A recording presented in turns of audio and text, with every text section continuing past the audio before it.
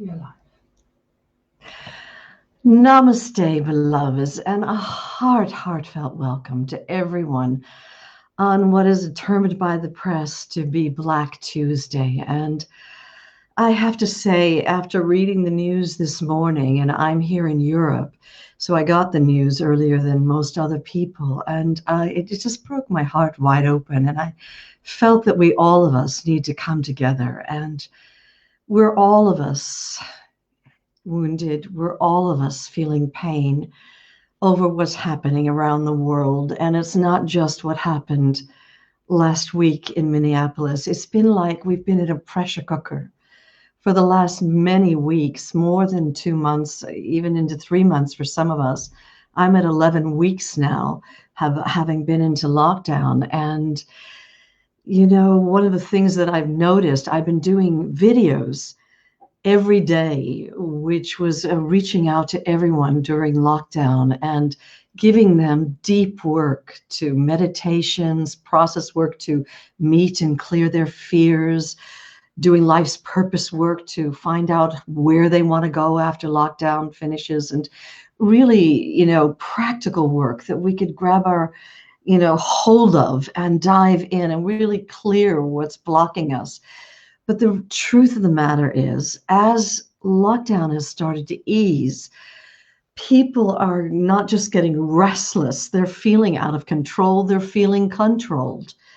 They're fearful of what it's going to be like when we finally emerge, whether they even have a job, or what their health is going to be like, their family's health, and is just feeling like we're all of us on quicksand, and all this emotion has been pent up inside of us.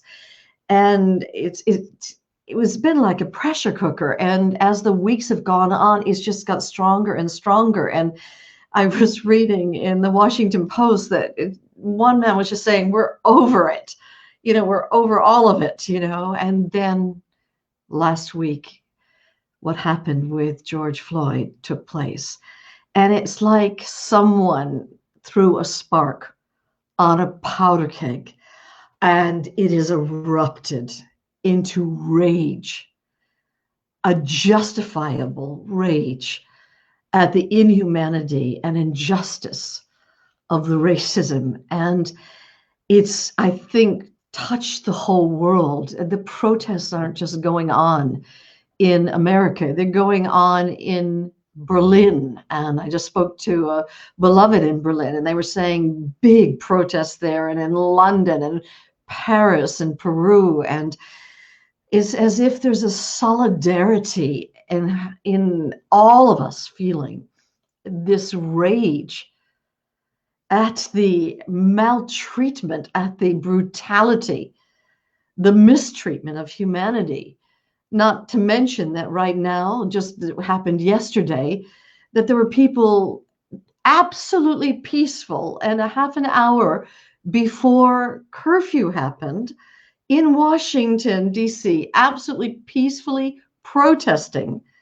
And in order to clear the way so that the president could go stand in front of a church with a Bible for a picture op, they threw tear gas at those people.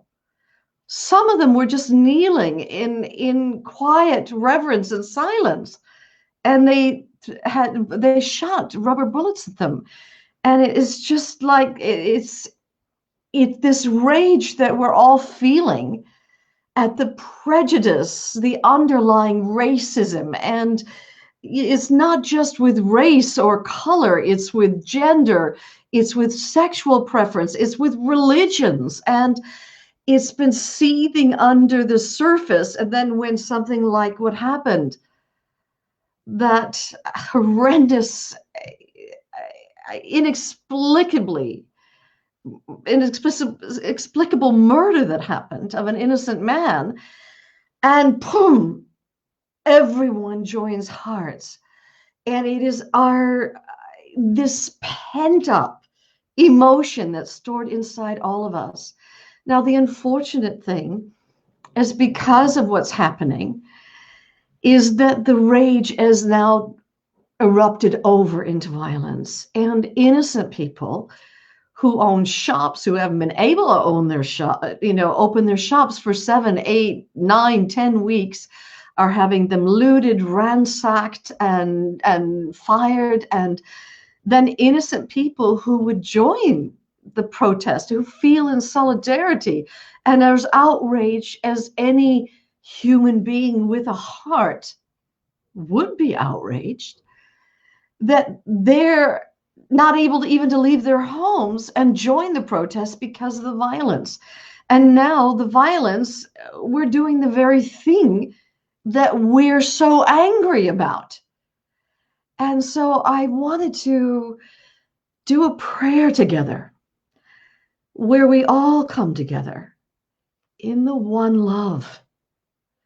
And I was so moved. I teared up today as I watched in one of the states, there was a peaceful protest where a man on a loudspeaker on a tannoy was shouting, and everyone was chanting the mantra, I am love, I am love, I am love.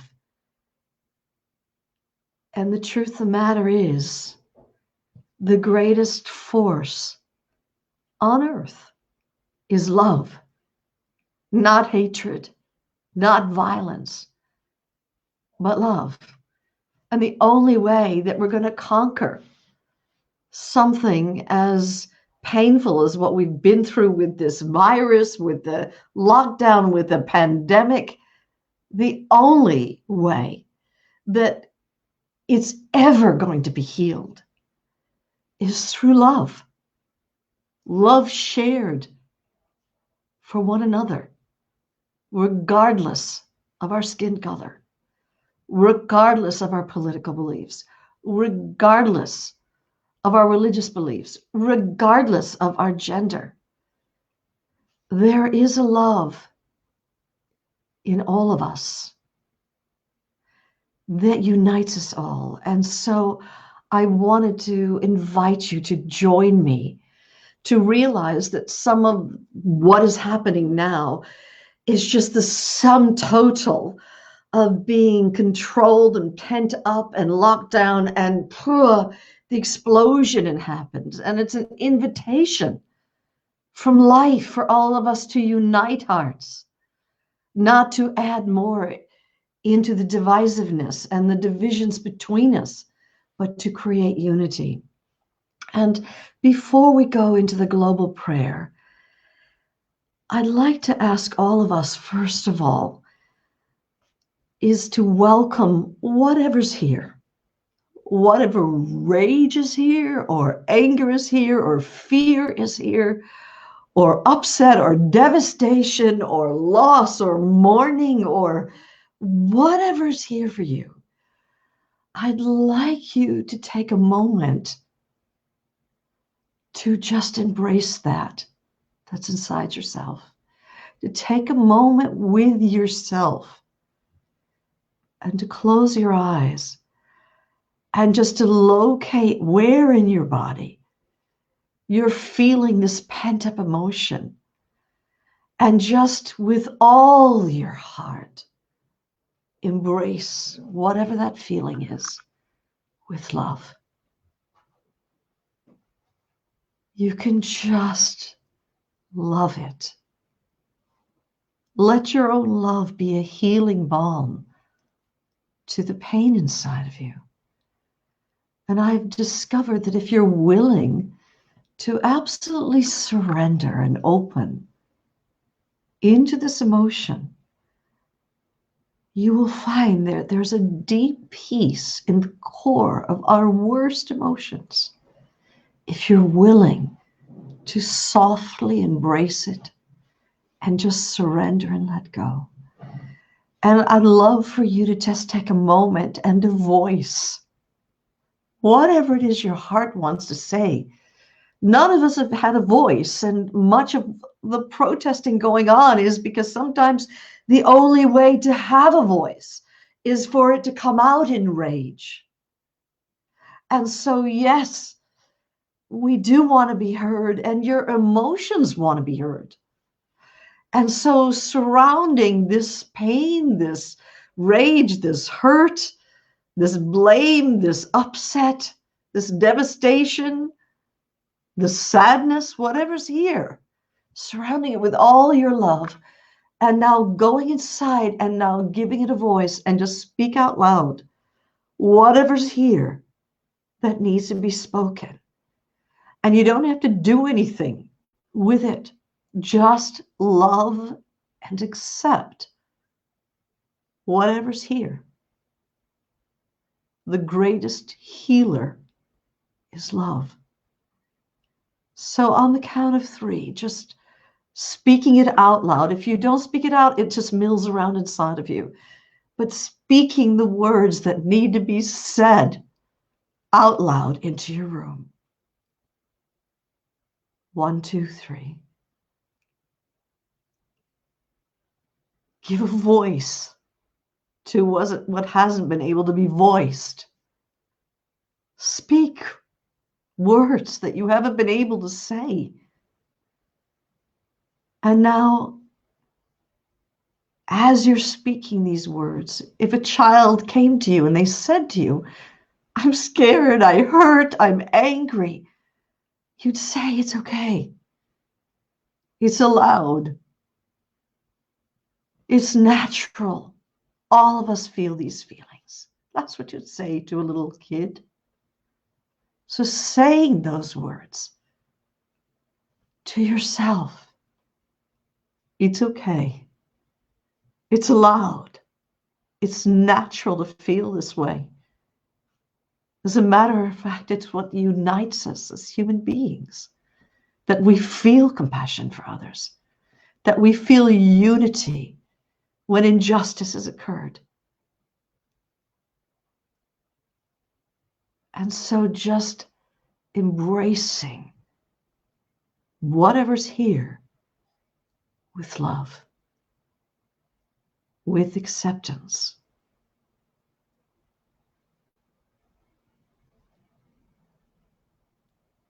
And just let the love carry you into itself. And now, with the eyes closed, let your heart be as wide as the world. Wide enough to welcome the billions of wounded hearts that are here on our beautiful world. That's how vast this love is that you are. It's infinite, spacious, free, and endless in front of you. It's boundlessly spacious and free behind you. This love is vast and infinite to all sides of you. It is boundless below and sky-like above. And for this and from this love, for all of life, first of all, I'd like for us to make a prayer that our own hearts heal, that our own feelings of devastation and out of controlness and fear and hatred and rage and all of it. Just imagining your own heart being embraced in this universal love that connects all souls in the one.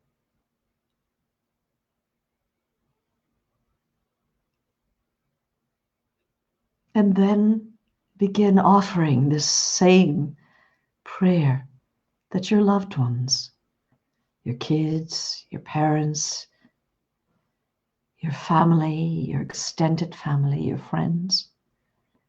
See them just being bathed in this profoundly healing love, this universal love, this one love. And you might even say their name out loud as if you're calling them into the room and bathing them in this love. And making a prayer that their hearts will heal, that their minds will heal, that their beings will heal.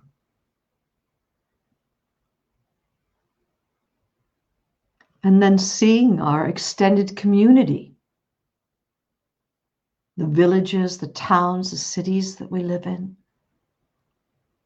suffused with and saturated with, permeated with this love, as if every human heart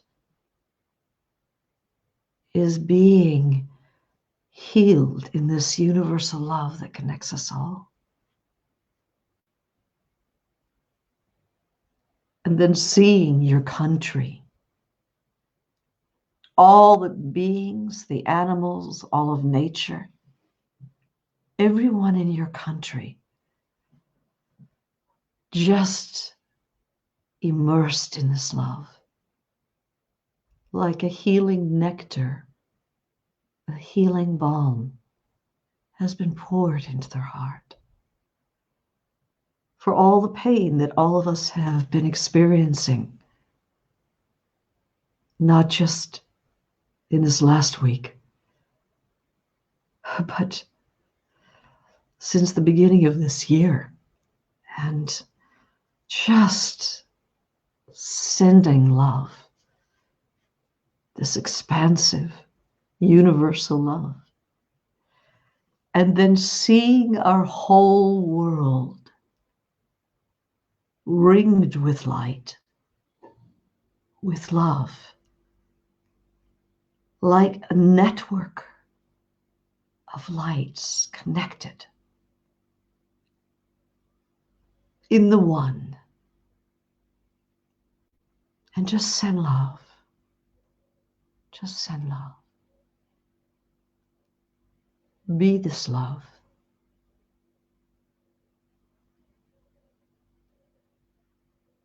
Allow this love. Feel this love. Know this love. Seeing the whole world bathed and healed in this love.